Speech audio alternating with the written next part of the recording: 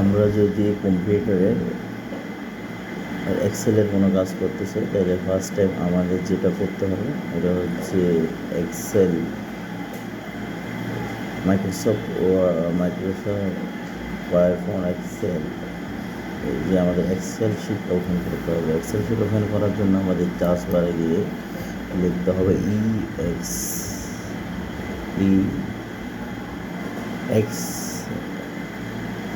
CEL Excel ফাইলটা চলে আসবে। আমরা জাস্ট এখানে ক্লিক করলাম, এখানে ক্লিক করলে আমাদের ব্ল্যাঙ্ক একটা পেজ চলে আসবে।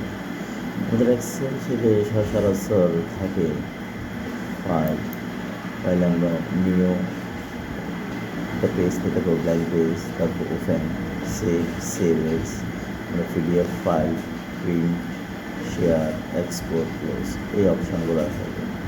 আমরা যদি ব্ল্যাঙ্ক এটা নিউ পেজ করতেছি তাহলে নিউতে ক্লিক করবো, নিউ থেকে ব্ল্যাঙ্ক পেজে ক্লিক করবো। এখন আমাদের ব্ল্যাঙ্ক পেজ কী হবে, ব্ল্যাঙ্ক পেজ হোম পেজে, এটা হচ্ছে হোম পেজে আমার কোনো এখানে হচ্ছে আমার ল্যাঙ্গুয়েজ সেট আপ, আমার লেখার সাইজ, এটা হচ্ছে লেখা সাইজ বড় করা, এটা লেখা সাইজ ছোটো করা, এটা লেখাকে বোল্ড করা, লেটিং করা, তারপরে এটাতে হচ্ছে আপনার লেখার নিচে দাগ দেওয়া, এটা হচ্ছে আপনার ডকুমেন্ট বা লেখার নিচে কালার করা বা পেজ কালার করা, এটা হচ্ছে লেটার ওয়ার্ডগুলোকে কালার করা।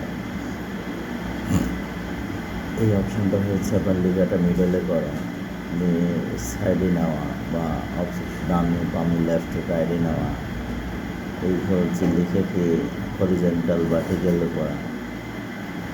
এইখানে হচ্ছে এই অপশানগুলো হচ্ছে পার্সেন্ট আপনার গাণিতিক কাজগুলো করা।